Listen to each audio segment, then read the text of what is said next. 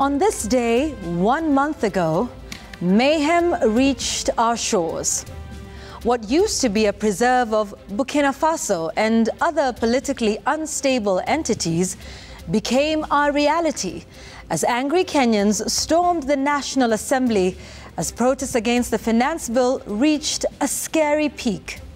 The aftermath, as at this night, 60 Kenyans dead, 66 missing, a cabinet fired, and a new one hired. And who would have guessed it? ODM, the party of Raila Odinga, will now take charge of President William Ruto's flagship Hustler Fund program.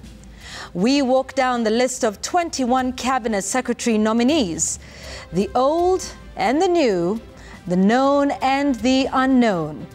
Later on, we revisit the Gen Z list of demands, which we have to retrieve from online platforms. On my take tonight, just what happens when trust is lost? Send me your replies.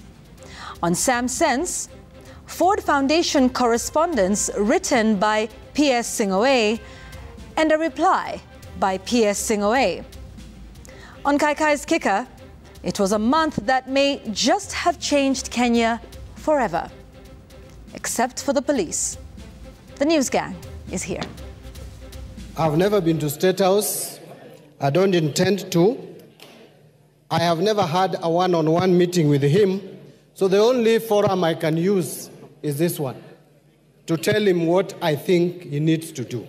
Ile fund ya Hustler Fund bilioni 50 ingewekwa mahali ambayo itasaidia kufufua uchumi hii.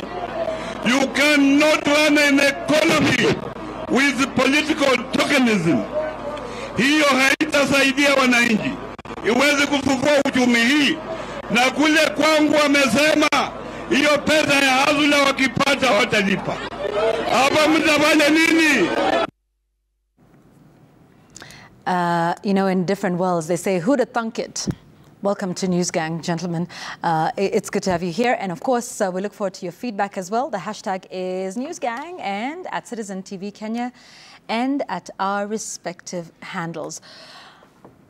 A lot has happened in 1 month, gentlemen. So where do we begin? I think with perhaps the most recent, which is, you know, the new kids on the block and maybe some not so new kids on the block when it comes to the cabinet that, you know, the new nominees have been mentioned.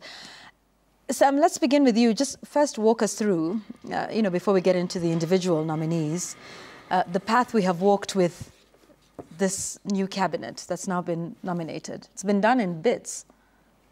Right. It has been quite a journey, starting from, of course, remember the 25th when Parliament was breached, and a day later the President called a press conference and withdrew the Finance Bill of 2024, indicating that he had heard Kenyans, and there are several things that they were saying that he needed to take a backseat and sort of reflect on them. And then you may recall that on the 30th of June, a day that Linus will live to remember, there was that conversation with the president where he said that indeed he was going to do soul searching, only to realize that later the soul searching would result to the dismissal of the cabinet.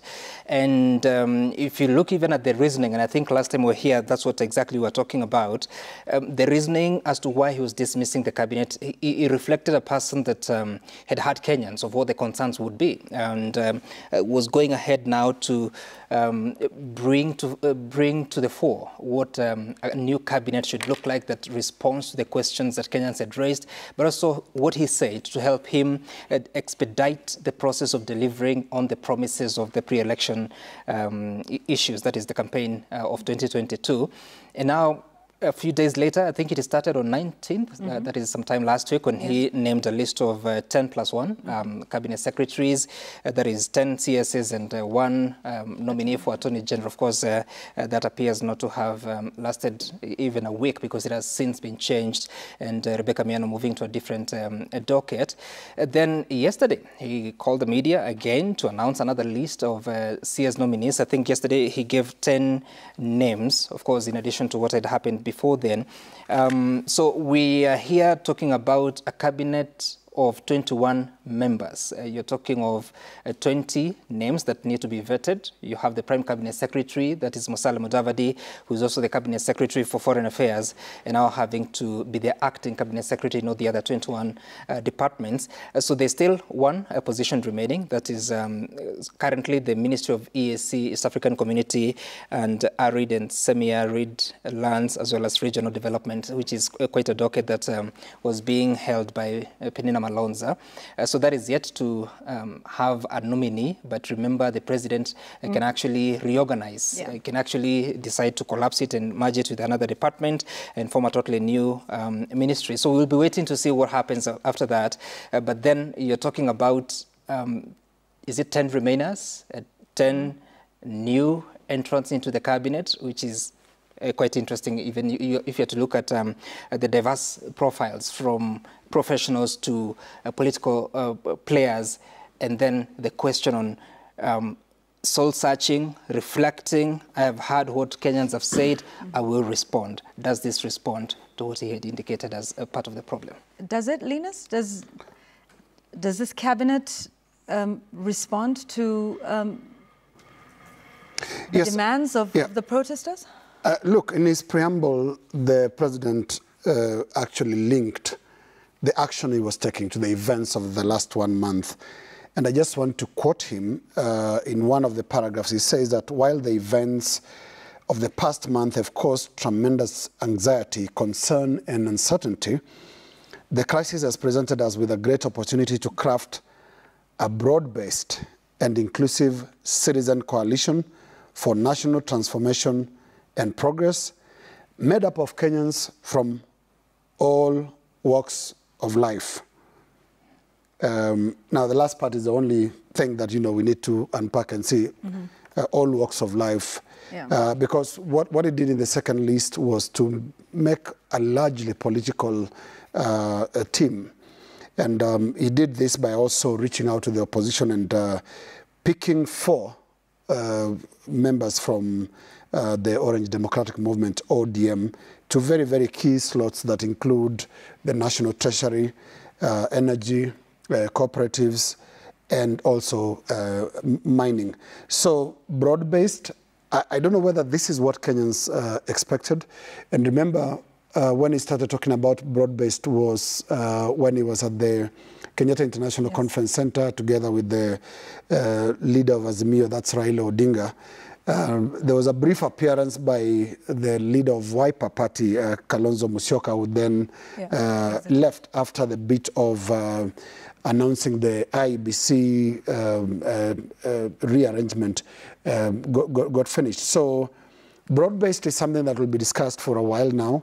Of course, it was interpreted to mean a government of national unity, a coalition, but broad-based also sometimes means reaching out to very different sectors. If you're talking of all walks of life, then somebody would have expected someone from maybe a civil society background, a religious background, getting into that which then we should call broad-based. So what we've ended up with in entirety is largely a political cabinet. And I think there's also a reason for that. And what is that reason? The reason for that is the crisis that we've had for the last 1 month. You can interpret it in 2 ways. The first way is what are the long-term issues, and then what are the short-term challenges. The greatest short-term challenge was political, because when you have a fluid situation like Kenya's had for the last 1 month, it potentially can weaken a government. It can potentially, remember the hashtag Ruto must go. That hashtag could easily be converted into something lethal politically. If, for example, the political players then took advantage of the protest by the Gen Zs and convert it into a very, very lethal political weapon and force the president to resign and also force the government out. That is possible. It is possible. That's why I call it a short-term political problem. Right. Now, to fix that, what President Ruto has simply done is to now broaden his base. I think that's the true meaning now of the broad-based. Broad-based. You know, don't make it Kenya Kwanza alone. Spread the risk. Bring in Raila Odinga and his ODM. That, hey guys, you know, if I must go, you know, who else goes? Yeah. And that's the interesting thing, Sam. Let's talk about, you know, those who are retained. I think. Again, it's back to the question that you'd asked as well about, you know, what problems this is solving. So Lena says, yes, you know, there's a short-term political, you know, question that you solve. But in terms of the long-term, in what way does retaining, because there was quite a few who were retained, you know, from the previous dismissal, there's going to be all the questions about, you know, whether they go through vetting and what that vetting process will be like. But some were retained and some were not. Right. Actually, out of a list of course, initially the president had 22 cabinet secretaries and 1 attorney general. So those are 23 appointees of the president in the cabinet. Of course, only one remained. That is PCS Musalia Mudavadi. So 22 were dismissed. Out of all that, 10 have come back. So you're talking about 12 not making it. And one wonders, of all the challenges that had been identified by the president based on what he heard Kenyans saying, is it to say that the 12 that have been left out were responsible for that action or for that, I don't know that it's okay to use the word mess. What I just did. So you look at the old CSs, Professor Kithure Kindiki coming back to the Interior Ministry. Of course, many questions that have been raised in as far as the management of the security sector, especially between 18th and 25th of June, during which there were protests. There were several people that had been killed. I think by the time he was here, the KNCHR was reporting about 41 deaths. Yeah. The government was talking about 25. Yeah. And asking him about the conduct of his ministry as well as the National Police Service and what action was going to be taken to ensure that there is justice to the people that had lost their loved ones or those that had been maimed, injured, or whatever you may want to call it.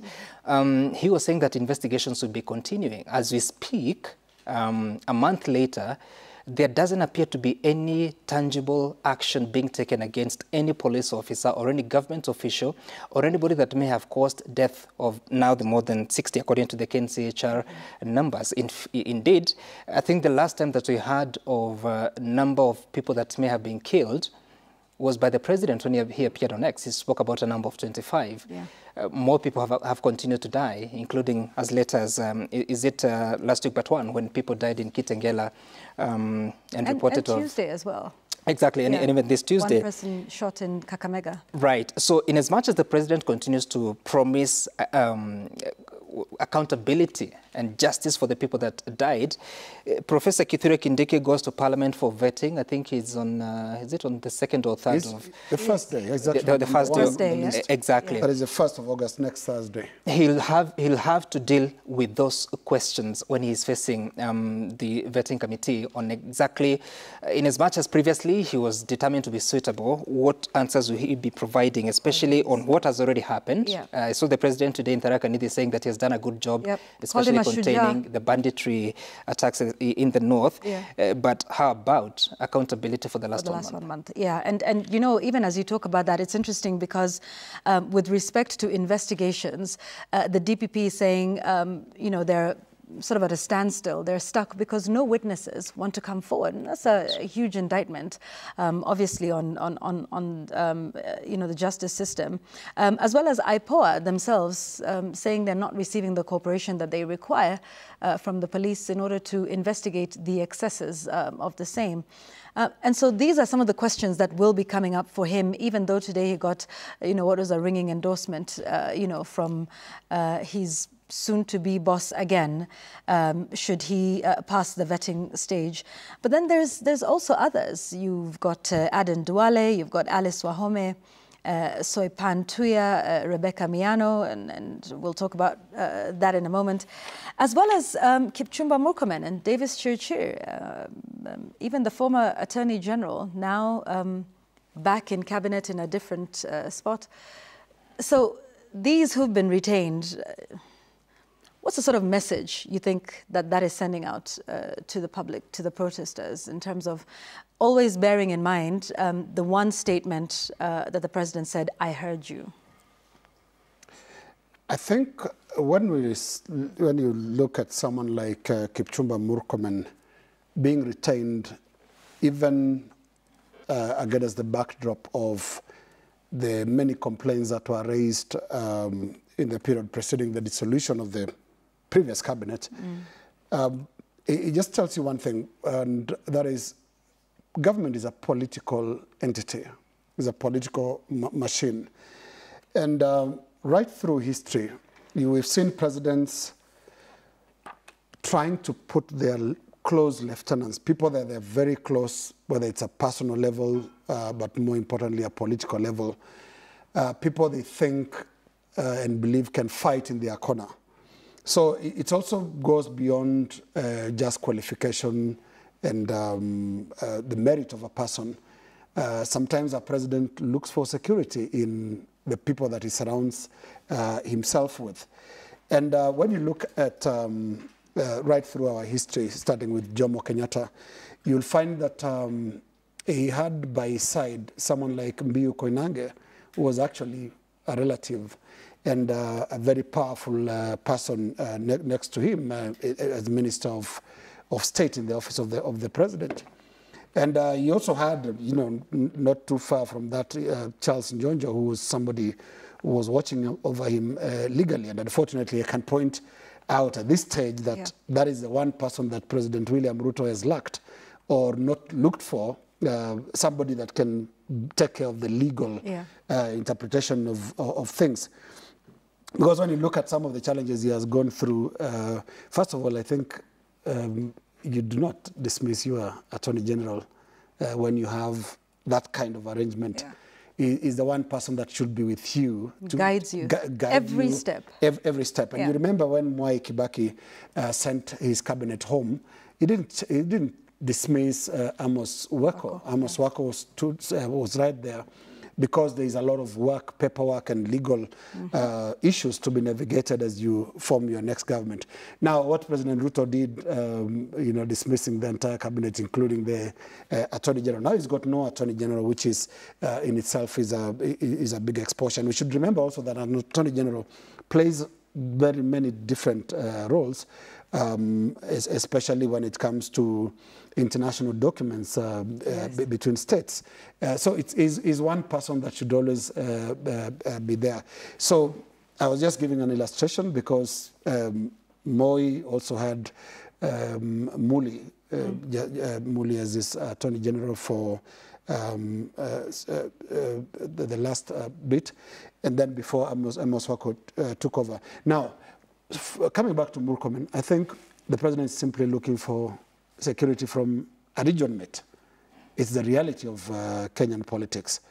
When Kibaki was on his wheelchair, he had a new guy that was not really a big person politically at the time, and that is in the form of Chris Murungaru, very powerful CS for Interior.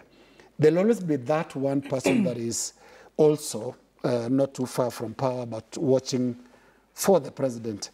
Only that I wonder and worry, I mean, sports can be a distance from the center of power if the president is looking for some muscles around the room. But I have no other interpretation except to say that, yeah, this is a very close person who and Murkomen is an abrasive fighter when it comes to political fights. If you want to argue, if you want to debate, he can give as much as he receives. So he's that kind of person that the president wants to go to a fight with. Yes. I do wonder, though, how this was received amongst the youth, because he's in charge of sports, creative economy, and the youth. And it is the youth who have spoken out very strongly against arrogance and opulence. Interestingly, he had been mentioned, but he went ahead just days before the dismissal on Obena's channel and, really flaunted his wealth and talked about you know, he likes nice things and he likes things that, you know, cost money, albeit he said, you know, he buys some of them with his own money. But the very same person who perhaps epitomized opulence and flashy lifestyle, now taken to a ministry that is concerned with the youth, the very youth who were against that opulence in the first place.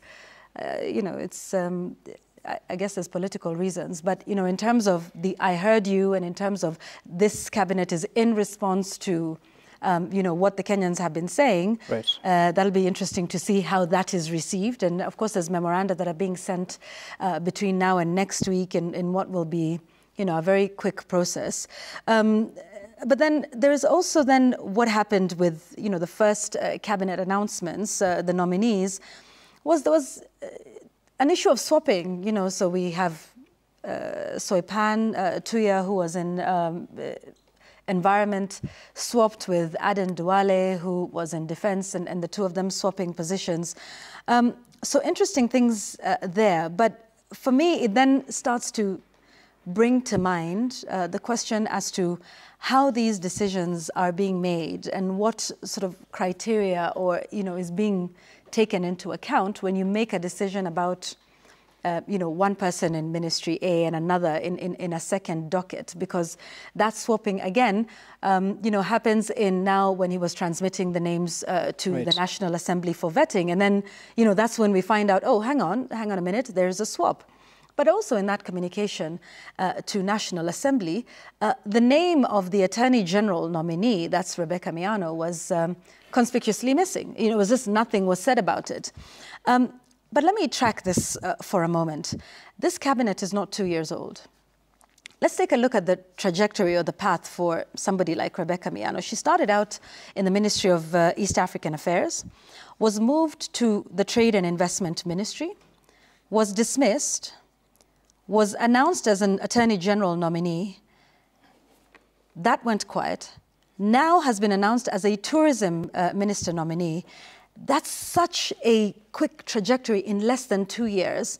And the question is, you know, when you sit down and say we want person X for this, I would imagine the thought process would be, we like them for this position because they possess these qualities, these characteristics, these qualifications, these academics. But for somebody to have made this move in less than 2 years, then makes you start to think about how these decisions are made about who to place in what docket. But also, I imagine this must be quite the adjustment. You know, you're in one ministry, you start to settle, you move to another, you try to, you know, acclimatize to the new settings.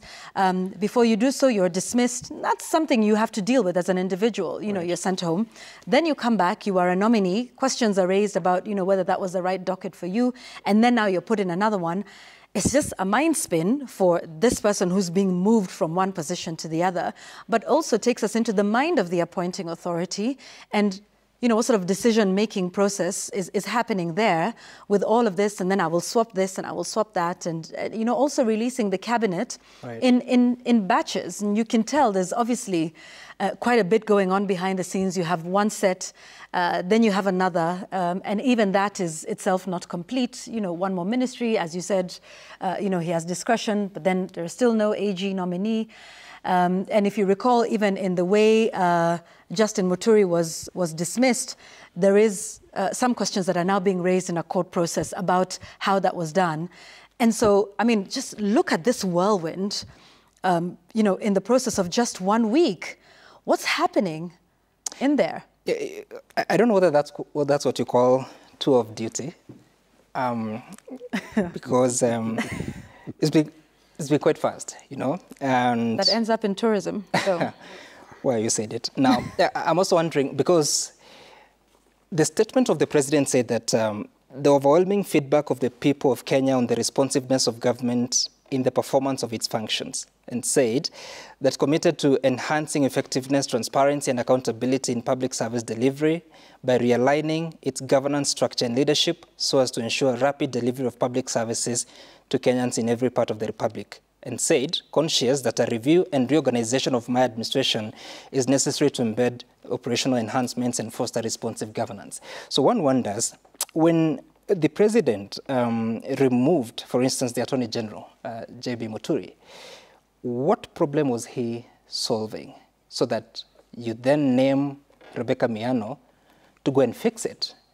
And before we realize it, there's a difference in the communication made to the House. And remember, according to the standing orders of the National Assembly, the communication on nominees is only effective upon receipt of the communication, and there are certain preconditions that it must satisfy in a sense of providing also the supporting documents of all the nominees. And so there's a way that things work. Yeah. So it is not effective on the day that the president announced at the steps of State House, but when they are received and they're in good order, the documentation is in good order.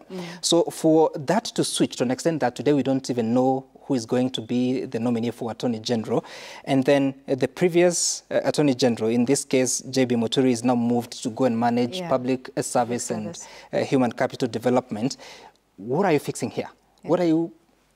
What is the problem that you're solving? So even as we wait for all this to settle, then bring in the question of Aden Duale, who had been serving in the Defense Ministry. You've seen him in a lot of visits, especially to the U.S., having conversations with the Defense Secretary that side, who has also visited the country. This is a man that has sat in the National Security Council. All of a sudden, that is switched, as you said, with Soipan Tuya, who's now going to sit in the very critical National Security Council. What exactly happened between the dismissal to the naming and now eventually to what is being communicated to the National Assembly? What is it that the president had not seen that now he sees? And of course, it is within his power to reorganize as he wills. But there are questions being asked about how informed such kind of decisions would be. The thinking. Exactly. And there's something that you read about, which I would want to reference, about the new Cabinet Secretary for Matters Sports and I think Creative Economy as well. Creative Economy and youth, So he'll have to deal with Talanta Hela, preparations for... we're already in Paris. No, there's a cup. Oh, the AFCON. Yes, AFCON that we'll be co-hosting with our neighboring countries. And Kipchumba Murkomen, I'm just looking for that tweet because he released it yesterday and said that the last 2 weeks have been moments of deep reflection. I would like to unreservedly apologize to every Kenyan who I may have offended through my words, my deeds, and my conduct, including my lifestyle in the last 2 years of my public service. And I'm reading what he indicated there.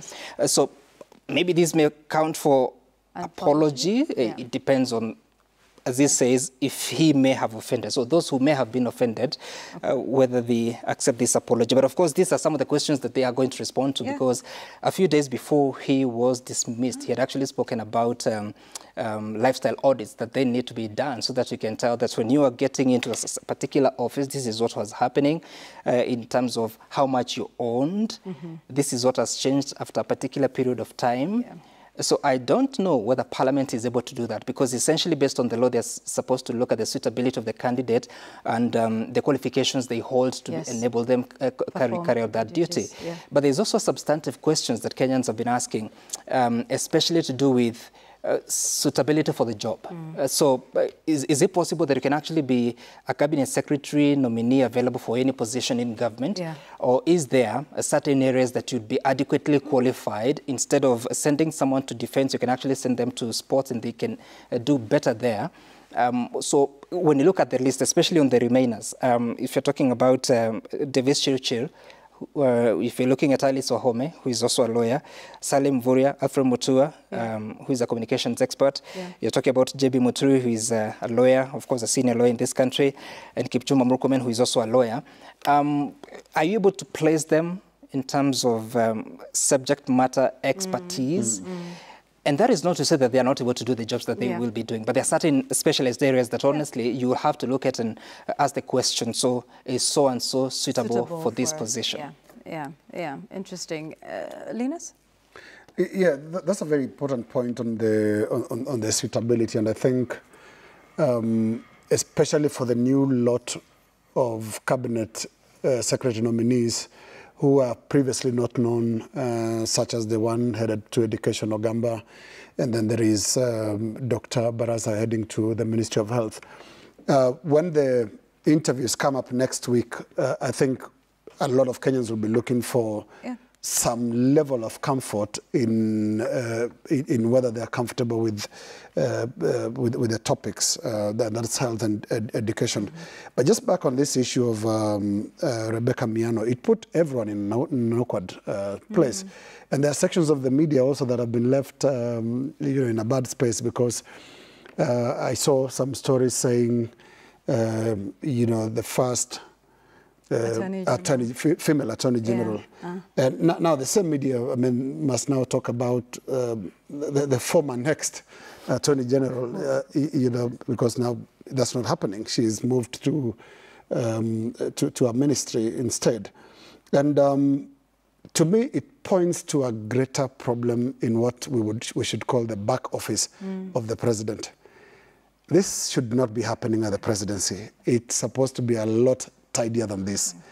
And you know it, we know it. Anybody who has been to an office, even it doesn't matter, doesn't have to be presidency, but if you're running an office, then also there has to be a certain flow of information.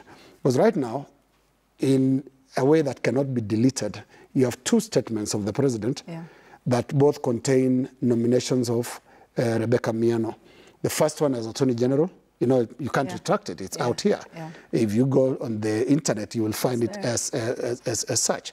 And then you come back and then... it's missing. It's missing, no reference, and then it comes back as CS nominee for tourism.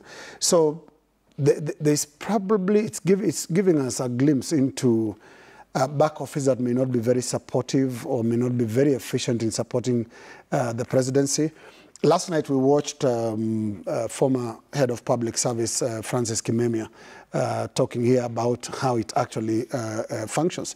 The presidency, there's no doubt, is a very, very heavy responsibility. And you can tell on the day the president was dissolving his cabinet that you can tell it's not an easy decision. You could literally see the load on his shoulders.